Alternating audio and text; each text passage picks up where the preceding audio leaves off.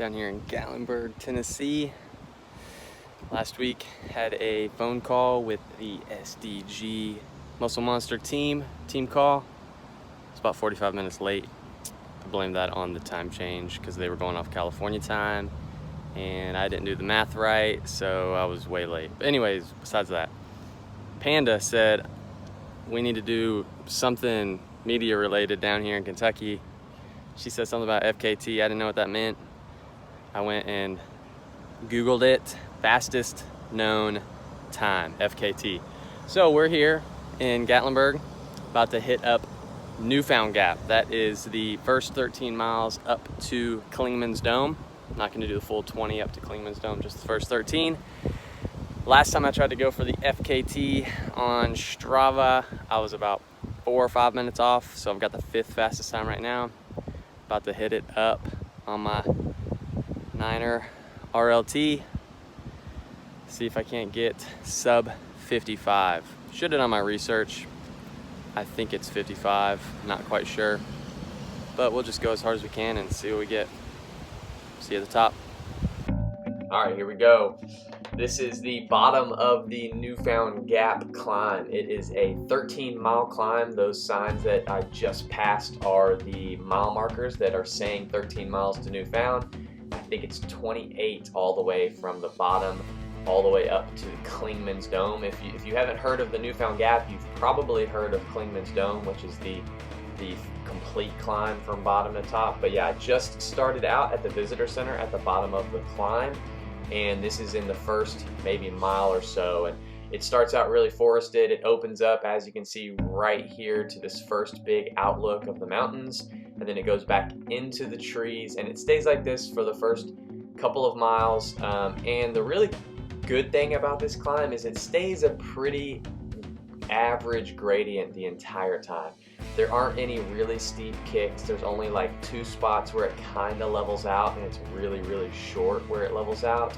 But it's a really, really good climb. 13 miles. You end up climbing almost 4,000 feet total by the end of the ride. You can see here I was hitting some patches of rain. So it was raining on and off throughout the time that I was climbing, which was good. I think that the water might have helped cool me down a little bit. It was a pretty warm day. But yeah, it's definitely an awesome climb. If you're ever in or around Gatlinburg, Tennessee, this climb is right outside of Gatlinburg, Tennessee. So here is that big U-turn that you do, and then you've got a pretty fast little flat section where it's not too steep, and then you hit this U-turn.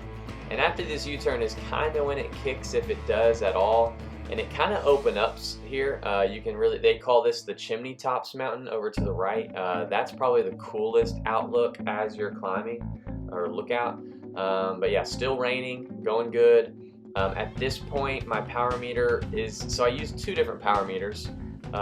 Usually the one on my road bike tells me one thing, and the one on my gravel bike tells me a different thing. And so I had to gauge my efforts based on those differences. And so I'm used to my road bike telling me that my threshold is somewhere around 370, 375. But on this, on my gravel bike, I had to adjust because it was only telling me that my threshold's around 340, 345. So I think I end up averaging right around 340, like right around my threshold.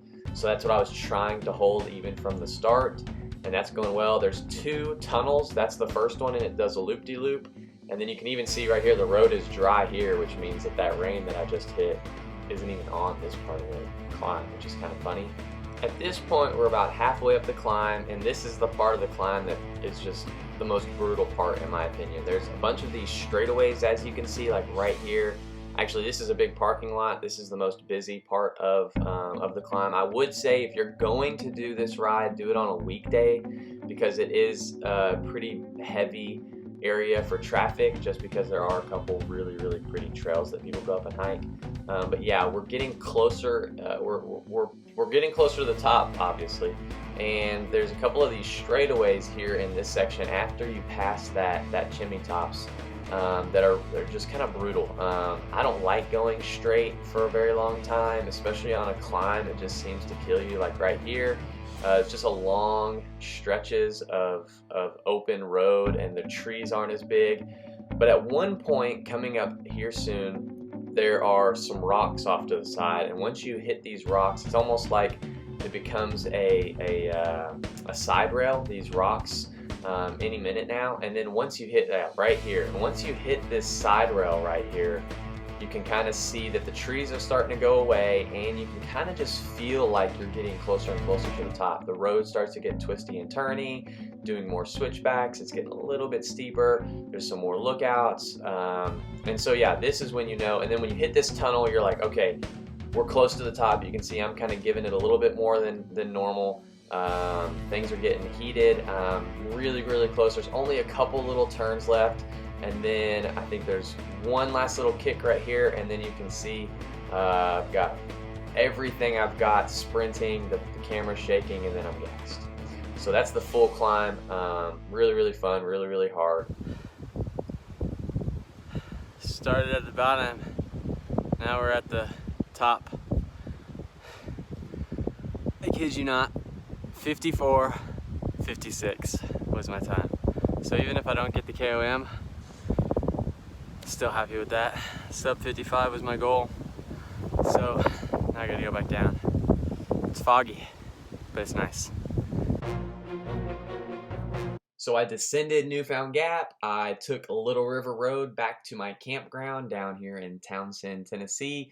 Get back to the campsite, go to upload my ride, and what do you know, we're in the middle of the Smoky Mountains, and there's not great cell service. So eventually, I did get enough of the campsite Wi-Fi to upload my ride, and I found out that I did indeed get this segment. It is the Newfound Gap Little River Road to Newfound Gap segment. If we were to take a look at the details, 55:07. I know at the end I said 54:56, but that's just a little discrepancy between where I pressed my lap button on my Garmin versus where the actual segment starts. So here are all the other losers. Sorry about your luck. I am now first place.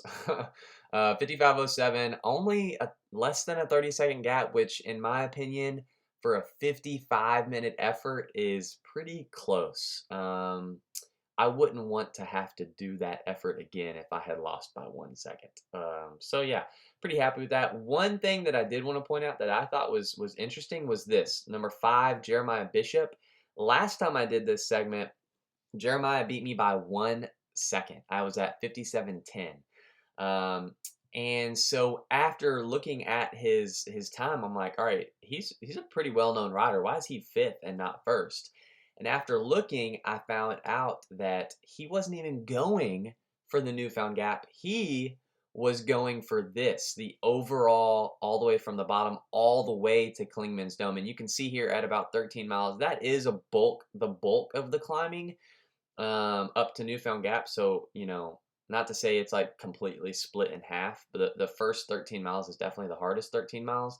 There's a couple little flat sections and downhill sections up to Clingman's Dome, but he was going for the full effort, an hour and 27 minutes. And in the process of winning that KOM, he just happens to get 5th place on the Newfound Gap climb. So I thought that was pretty impressive. I thought it was worth pointing out. But yes, indeed, I did get the 55:07. That is the new standing FKT time for the Newfound Gap. I challenge you. I dare you. I double dog dare you to go and try to take it from me. It's been about 2 weeks, and I have already been beaten.